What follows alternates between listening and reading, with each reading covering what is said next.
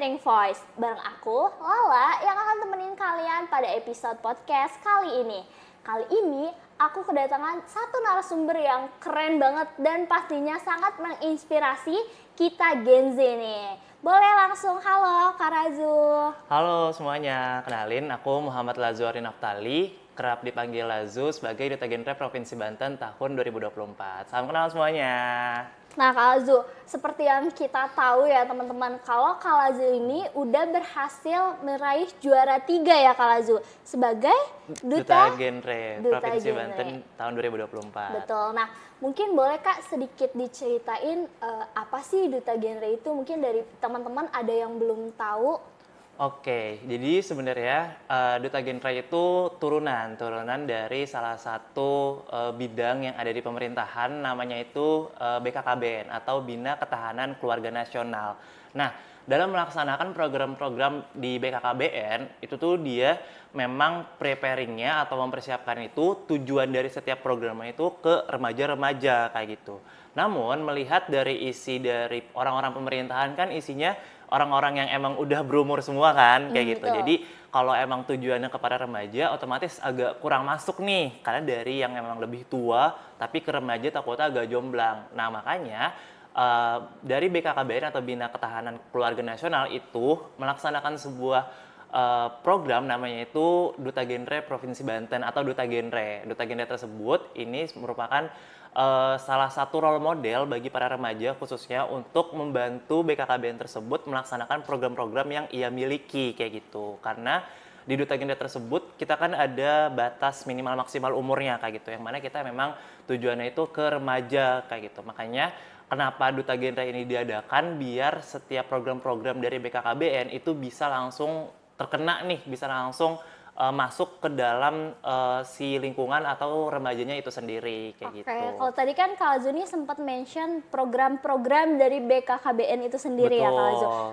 Kalau boleh tahu apa aja sih Kak program-program yang BKKBN. ada itu ya? Oke, mungkin kalau kita bahas BKKBN, teman-teman pasti terdengar agak asing kayak gitu. Cuman kalau aku bilang kayak KB atau keluarga berencana, wah kayaknya udah pernah denger nih. Pasti kan orang-orang tuh dulu sering ngomongin KB kan. Iya, Betul banget. Nah, cuman kita tuh ternyata nggak hanya merujuk ke KB tersebut gitu, nggak cuma ke KB aja, tapi kita juga bahas mengenai tentang isu kesehatan yang sekarang lagi tinggi di Indonesia, yaitu terkait stunting. Terus kalau mungkin sekarang kita ada juga penyiapan kehidupan berkeluarga, terus kita di dalam program BKKBN juga ada yang menyosor ke dalam kesehatan reproduksi remaja kayak gitu. Jadi kita memang kebanyakan program-program dari BKKBN itu yang memang menyosor ke dalam persiapan kehidupan berkeluarga khususnya untuk para remaja. Oke, kalau tadi kan sempat dimention juga ada bahas KB ya Kak. Betul. Nah, biasanya kalau kita ngomongin soal KB itu, kita kan lebih yang ada di pikiran kita itu kan pasti mengarahnya ke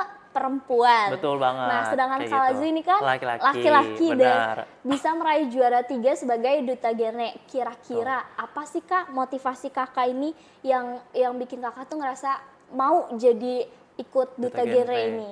Oke, sebenarnya kayak lagi-lagi tadi aku bilang, kalau kita tuh ternyata nggak hanya menyosor ke dalam KB-nya itu sendiri kayak gitu, karena mungkin itu ranahnya udah lumayan tinggi tuh, karena berkaitan sama kesehatan. Tapi salah satu motivasi aku yang emang bikin aku tertarik dan juga yang memotivate aku lah kenapa aku bergabung sebagai Duta Genre, karena aku tuh aware sama para remaja kayak gitu. Nah, kita sebagai Duta Genre Provinsi Banten atau sebagai Duta Genre, kita tuh selalu berkaitan atau mungkin kita tuh selalu berkecimpung sama remaja khususnya yang bagian remaja-remaja kenakalan pada remaja kayak gitu. Kalau di kita ada namanya NAPZA, narkotika, psikotropika, alkohol dan zat adiktif. Nah, kita tuh merujuk orang-orang atau remaja-remaja biar mencegah remaja-remaja tersebut tuh nggak ikut ke dalam NAPZA tersebut kayak gitu. Terus apalagi banyak juga remaja-remaja yang mungkin sekarang udah banyak melakukan yang seks bebas kayak gitu, atau ya kenakalan-kenakalan remaja yang memang nggak seharusnya dilakukan oleh para remaja pada umumnya kayak gitu. Nah, salah satu motivasi aku ya itu untuk mencegah para remaja biar mereka ini terhindar dari kenakalan-kenakalan remaja tersebut dan juga memotivasi para remaja biar hidup lebih baik lagi di kedepannya kayak gitu. Berarti emang mau kasih tahu ke para remaja nih kalau jangan salah pergaulan ya Betul, teman-teman. jangan Tuh. salah pasangan ya. Benar. Jangan salah pasangan, jangan salah pergaulan juga ya. Betul. Nah, kalau Zu ini kan sekarang tuh sudah menjadi duta genre sampai ke Provinsi Banten. Benar. Nah, itu kan pasti perjalanannya, prosesnya itu kan nggak gampang dong. Iya, betul, Iya, betul. pasti ada tahap-tahapnya. Nah, Benar. dalam proses itu kira-kira ada tantangan besar apa sih Kak yang udah Kak Zu jalanin sampai ke titik ini, dan kira-kira cara mengatasinya, cara menghadapinya itu gimana? Oke, sebenarnya kalau tantangan itu pasti di setiap langkah, setiap fase pasti selalu ada kan ya. Nah, Betul. termasuk ya ketika aku udah beda nih tantangannya yang seperti di Kota Tangerang Selatan sama di provinsi itu udah beda tuh rintangan-rintangannya kayak gitu. Kalau kemarin aku sempet tuh pertama kali ngisi di salah satu pesantren dengan orang sekitar 800 sampai 1000 santri di pondok pesantren tersebut, dan itu which is aku itu disandingkan sama kepala BNN, Badan Narkotika Nasional kayak gitu, yang mana ya jauh lah ya kalau kita bahas duta genre sama ya kepala direktur dari BNN tersebut kayak gitu. Dan itu pertama kalinya aku juga ngisi di pondok pesantren dan ngisi dengan audiens yang sampai 800 sampai 1000 santri kayak gitu. Itu kan rintangan banget tuh kayak gitu. Aku Betul. bahkan kayak ngerasa aduh gimana ya disandingkan atau mungkin gimana ya ngebawanya brings up-nya sama para santri-santri kayak gitu. Nah, terus gimana cara aku menghalau rintangannya atau gimana cara aku ya bisa ngejalanin rintangannya itu ya aku ini sih fokus sama dampak yang bisa aku berikan sama santri-santri tersebut kayak gitu. Jadi aku nggak mikirin kayak apa yang bisa aku dapatkan, tapi apa yang bisa aku berikan ke mereka kayak gitu. Jadi aku nggak mikirin kayak aduh gimana ya nanti penyampaiannya atau kayak aduh gimana ya nanti kira-kira tersampaikan dengan baik nggak ya. Oh enggak, aku nggak mikir kayak gitu, tapi aku mikir kira-kira dari yang bisa aku sampaikan ada nggak sih yang mereka bisa ambil ketika mereka pulang dari kegiatan yang aku isi kayak gitu. Gimana sih nanti ketika mereka pulang ada satu atau dua materi yang mereka ini bisa implement di kehidupan sehari-hari kayak gitu. Jadi salah satu cara aku untuk menghadapi rintangan itu ya aku fokus sama apa yang aku bisa berikan ke mereka kayak gitu, bukan apa yang aku bisa dapatkan dari feedback atau lain sebagainya, enggak, tapi berfokus sama kira-kira ada nggak sih yang mereka bisa bawa pulang ke diri mereka masing-masing dan mereka bisa implementasi di kehidupannya kayak gitu. Oke, nah kalau sebagai juara 3 dari duta genre ini ya Kak, pasti kan nggak hanya fokus kepada prestasi pribadi aja. Betul. Pasti kan Kakak juga maunya ada nih hasil nyatanya gitu. Kalau kita sebagai duta di sini tuh harus mengedukasi anak-anak remaja gitu. Nah, Betul. kira-kira kalau dari Kakak sendiri ada nggak sih sebuah kontribusi nyata yang udah kelihatan hasilnya gitu sebagai duta genre di sini tuh? Oke. Nah, ini sebenarnya mulai kelihatannya itu ini sih di sekitar Kota Tangerang Selatan baru aja kayak gitu. Karena kemarin dari Pemkot Tangsel itu baru aja ngadain roadshow ke sekolah-sekolah di SD, SMP itu mengenai tentang pencegahan kekerasan terhadap perempuan dan anak kayak gitu. Dan itu kita aku dan teman-teman aku itu roadshow kita ke sekolah-sekolah untuk mengedukasi mengenai tentang bullying, kekerasan terhadap perempuan dan anak, terus bagaimana pencegahan kekerasan tersebut, sampai kita bahas mengenai tentang grooming dan lain sebagainya. Dan kalau melihat dampaknya itu dari roadshow aku ke sekolah-sekolah itu mungkin sekitar udah sampai 10.000 siswa-siswi yang memang sekarang udah teredukasi mengenai tentang pencegahan hal tersebut kayak gitu. Makanya alhamdulillah banget sih untungnya jadi bisa lebih ngasih dampak yang lebih signifikan kepada siswa-siswi khususnya di Kota Tangerang Selatan. Nah, kalau bisa sampai ke provinsi itu awal mulanya tuh gimana sih Kak pengalamannya biar bisa sampai ke provinsi? Mungkin dari teman-teman juga nanti ada yang mau ikut juga jejak dari Kak Lazu ini.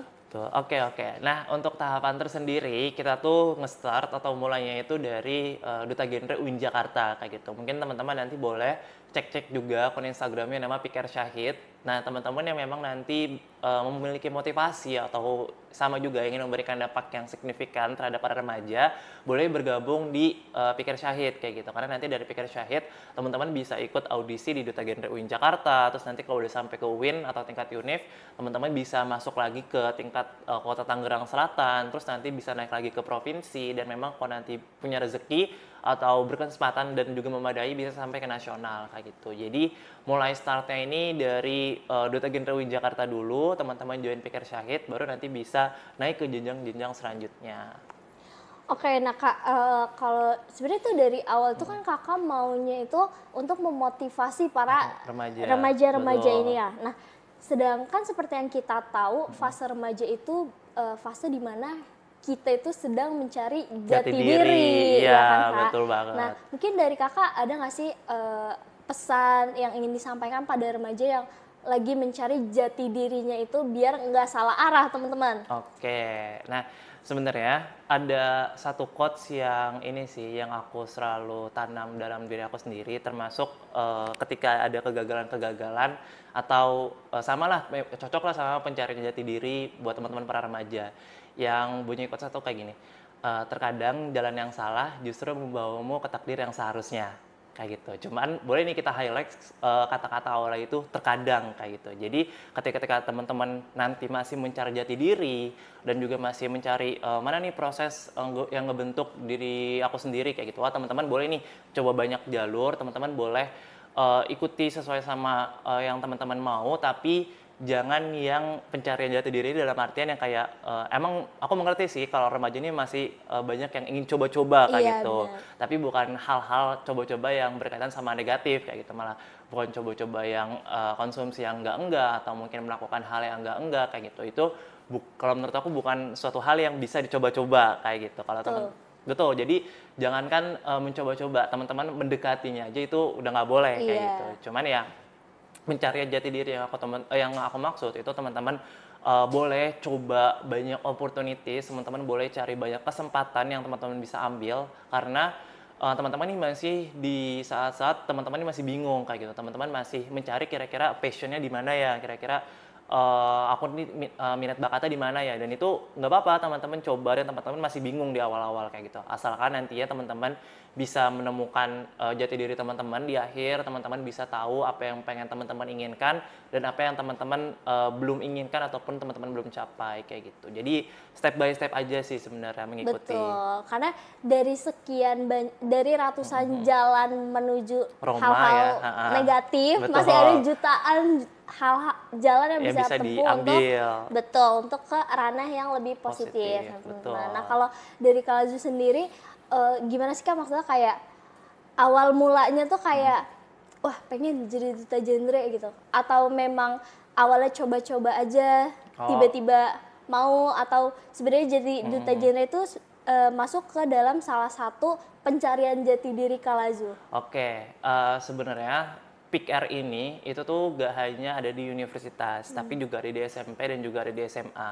Nah, kebetulan di SMA ini aku juga udah pernah ikut Peak Air kayak gitu. Bahkan di SMA pun aku udah pernah ikut audisi di provinsi, tapi belum berkesempatan untuk menang kayak gitu. Nah, mungkin kenapa salah satu melihat kenapa aku join Peak Air Syahid, karena tadi sih aku aware sama para remaja kayak gitu. Kalau dulu tuh sebenarnya pikir atau Pusat Informasi Konseling Remaja itu tuh kalau di SMA atau di MAN itu tuh lebih kayak guru BK-nya para siswa-siswi Ya. kayak gitu, karena aku yakin juga siswa-siswi agak enggan kan kalau langsung curhat dan apa-apa ke Iya, para guru BK kayak iya. gitu, apalagi kayak yang Agak emang sungkan sih, betul agak takut sih sungkan, lebihnya. bener kan, apalagi dengan bahasan guru BK kayak gitu yang katanya killer. Nah, Pikir sendiri ini menjadikan wadah bagi para siswa-siswi untuk mereka itu bisa menjadikan ya menjadi teman cerita, bisa tempat berkeluh kesah kayak gitu. Jadi dan anggota-anggota dari Pikir ini pun ya siswa-siswi teman-temannya juga kayak gitu. Makanya ketika aku tahu wah kayaknya ada satu wadah, ada satu kalau dulu kan kita eskul ya, ada satu eskul PR yang emang gue banget nih kayak gitu. Wah kayaknya seru nih kayaknya problem solver permasalahan orang lain. Wah seru nih kayak menjadi seorang yang pendengar bagi permasalahan para siswa-siswi sekaligus kita belajar dari pengalaman orang lain kayak gitu. Oh kayaknya dan ngerasa tertarik dan ngerasa cocok akhirnya bergabunglah sebagai sebagai pikir sampai akhirnya sampai saat ini kayak gitu. Oke, nah mungkin terakhir nih Kak, ada nggak sih harapan Kakak untuk para remaja yang lagi nonton dan lagi dengerin podcast ini tuh? Oke, kalau untuk harapan, aku berharapnya mungkin teman-teman sekarang udah mulai familiar sama yang namanya Indonesia Emas tahun 2045 kayak gitu. Nah, aku juga mau berharap juga sih sama teman-teman atau remaja yang memang nantinya meneruskan masa depan, teman-teman boleh lagi-lagi aku bilangin teman-teman boleh cari jati diri teman-teman boleh mencoba hal-hal yang positif dan nggak mencoba hal-hal yang negatif, tapi lagi-lagi teman-teman selalu ingat kalau teman-teman tuh punya jati diri masing-masing kayak gitu. Jadi jangan keluar dari apa yang teman-teman percayai, jangan keluar dari apa yang teman-teman sukai, pokoknya jangan keluarlah dari apa-apa yang memang teman-teman tidak bisa gapai kayak gitu. Tapi teman-teman juga harus selalu optimis, terus semangat, terus berpikiran positif juga, dan jadikan diri teman-teman itu sebagai pribadi yang nantinya bisa bermanfaat bagi orang-orang di masa depan gitu. Terima kasih juga kepada teman-teman pendengar setia dari podcast Inspiring Voice. Makasih sudah nonton episode kita kali ini. Sampai jumpa di episode selanjutnya. Bye. Bye-bye.